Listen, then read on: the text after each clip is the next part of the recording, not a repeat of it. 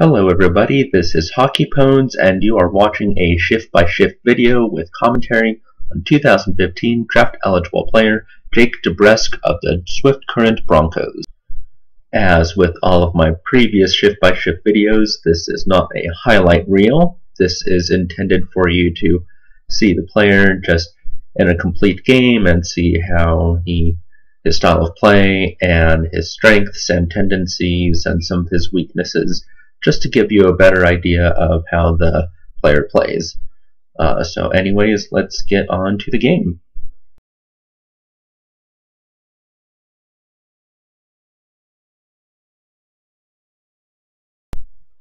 Okay, first of all, I wanted to apologize for those of you who have subscribed and have been waiting for another video. It's been about a month since the last time I put one out, and just with the holidays and myself, I just got very sick, and if you can't hear it, I'm still a little nasally, at least worse than I usually am. So just want to explain and apologize for that, but hopefully we'll start getting some videos up again soon. And what else? Also, this is the last one that I'm going to be doing for, at least in this regard. I'm going to start doing some WJC games. That way we'll have some Americans and Finns and other players. So we'll just get a little bit more variety, and we'll be able to do some players that I really hope to get some footage on. We do have a play coming up here. I'm actually going to slow it down right here, just to show you some of Debrusk's vision, where he gets the puck and then passes it across and sets up a great scoring chance. Unfortunately, Colby Cave wasn't able to capitalize on that play. Anyway, with Debrusk, what you'll notice throughout the game here, which is a prevailing trend, is he seems to be pretty good in terms of getting traffic in front of the net. You saw him in front of the net right there and tried to create a screen and tip the puck in, and unfortunately didn't yield the goal, but it was still his willingness to go to the dirty areas, which I think is commendable, and you'll see him actually eventually capitalize on that style of play once he later on in the game. But he has a good scoring touch within 10 feet around the net. You saw that pass as well, where he set up Colby Cave and it didn't yield a goal, but he has good vision, and it's basically where he's scoring a lot of goals, where he's creating that kind of traffic. So that's the kind of player he is. He's a bit of a power forward, even though I don't think that he really calls himself that, but that's how I see him as. By and large, a great performance by Debrusk. He ends up scoring 3 goals and 2 assists en route to, I believe it was a 6-4 win, or yeah, it was 6-4 win, pretty sure. And so you're going to see him get a hat trick, and one of those goals is an empty net goal, so it's going to be pretty short. But yeah, so it's a very good game. Admittedly, he was kind of my plan C in terms of getting a video on him right now, and that's not a testament on Debrusk. It's just I frankly don't like recording the WHL games. I think that they're the worst quality out of the 3, but you take what you can get. I actually hope to get Krostalev at first, and it turned out to be kind of a ho-hum game for him, where he scored a goal and an assist, but that it didn't really show his style of play that well, or I wasn't satisfied with how the video turned out. And then I was going to do Timo Meier, and it wasn't a complete game. So again, when I make these videos, I intend for them to show you the prospect's style of play and his style, and I want it to be interesting. And so I'm hoping that you will find this game and all the other games that I make equally interesting. On to Debrusk himself. He is the son of former NHL fighter Louis Debrusk, and he has said himself that he's nothing like his dad in terms of style of play, and he has actually been challenged by players thinking that he plays the same style as his dad, and Debrusk is just not a fighter. So if you haven't seen that already, then you'll, well, now you know.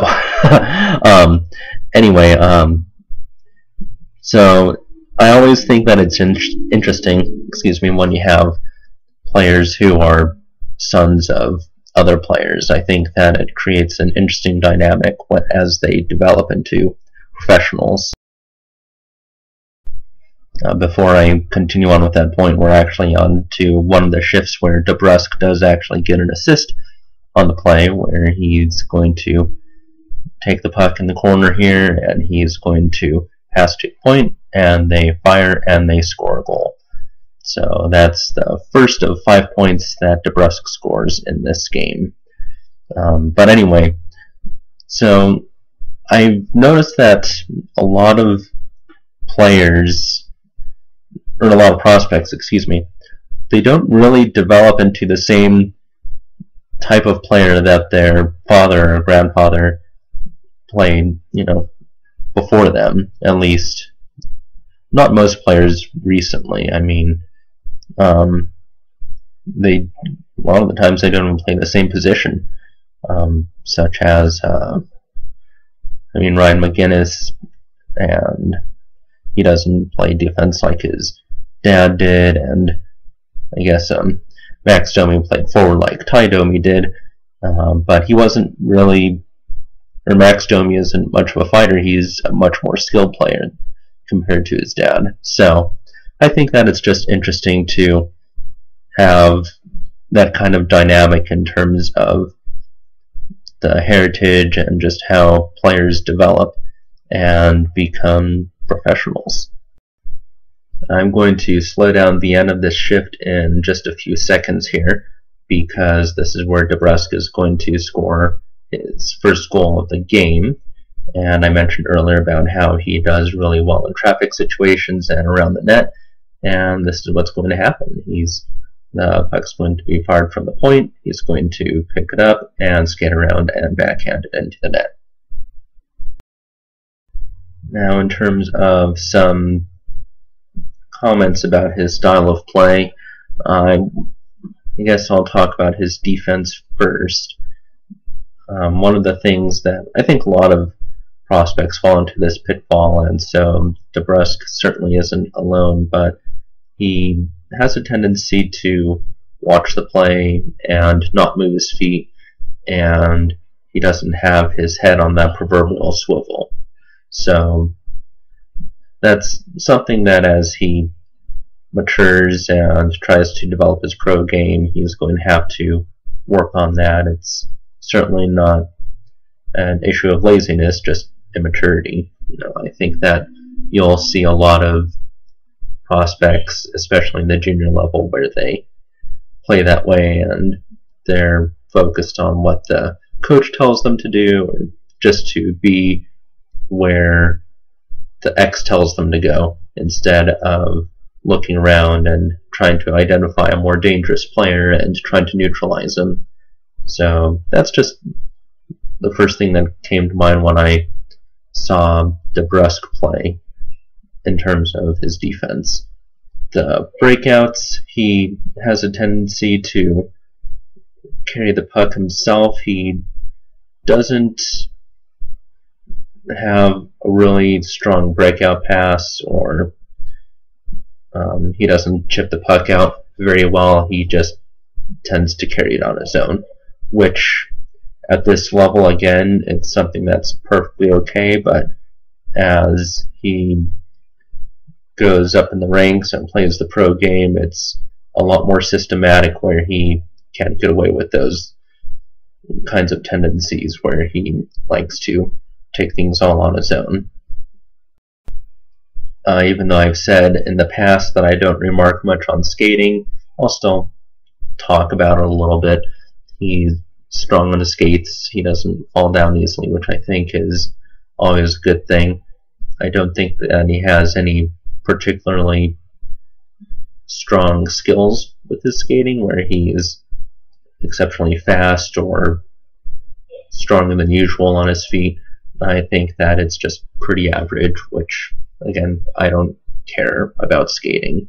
Some people do, though, so that's why I thought I'd talk about it. I just think that skating is very correctable, and depending on the team, it may be a non-issue anyways.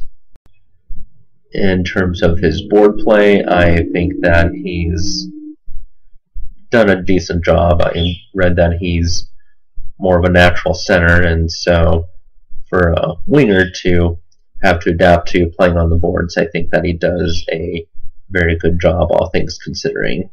Some players spend a lot of time, before I continue on that, and this shift here, he's actually going to score another goal right at the end of the period.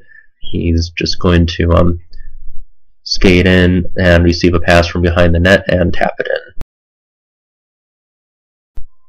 So now it's the start of the third period, and Debrusk, by my count, has 2 goals and 1 assist.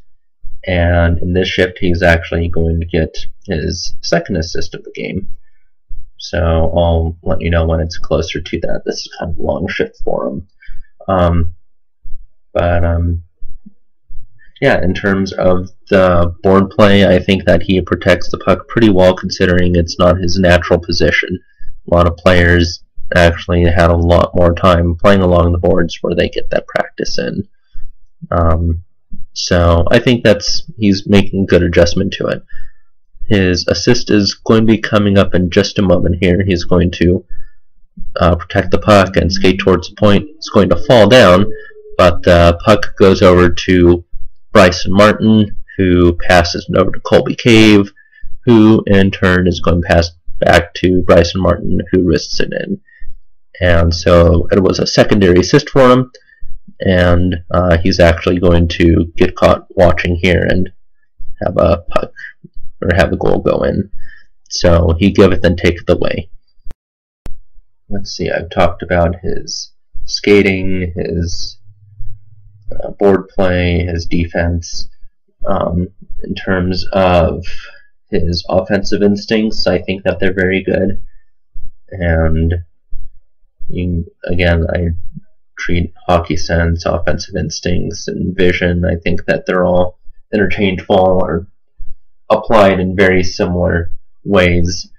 And I think that that is Debrusk's strongest suit, where he not only sees the ice very well for his teammates, but he also does a very good job in terms of setting himself up and putting himself in position to succeed.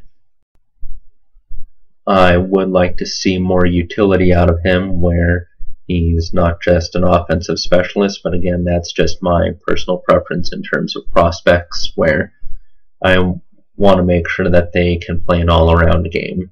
And I already mentioned his defense a little bit, which again is a work in progress, and a lot of players have the same issues that he has, but still, I'd like to have those players stand out where the coach trusts them to play in critical situations, such as when it's a penalty kill.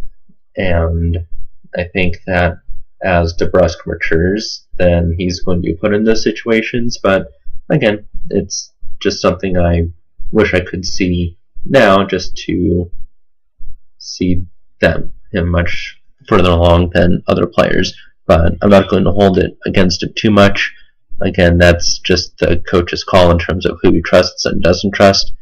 And at this point, that's just not where Debrusk's game is. But I don't think that it is a testament in terms of his long-term ability to play in the NHL.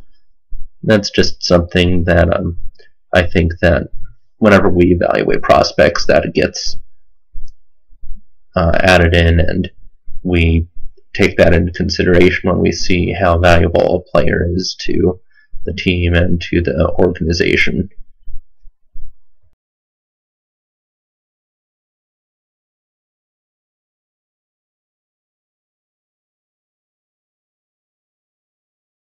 Okay, and it looks like we just have a few minutes left to go in terms of video, and I haven't even talked about teams that I think he would be a good fit in. So I guess we'll just finish off with that. The first team I think would be a great fit would be Pittsburgh. I think that they're just a very strong offensive team, and that's where Debrusk, that's his bread and butter. He is mostly offensive, and he works around the net, so I think that would be a great fit for him. Columbus, I think, is on the rise, and with their core of players, Debrusk with his work ethic and, again, play around the net, I think that he would fit in very well with them. Same thing with Florida. I think that they have a very good young core of players that are up and coming, and again, they have some power forward players that I think would just work really well with Debrusk as well, where I think that Florida is becoming very good at developing those kinds of players. And gosh, who else was on my list?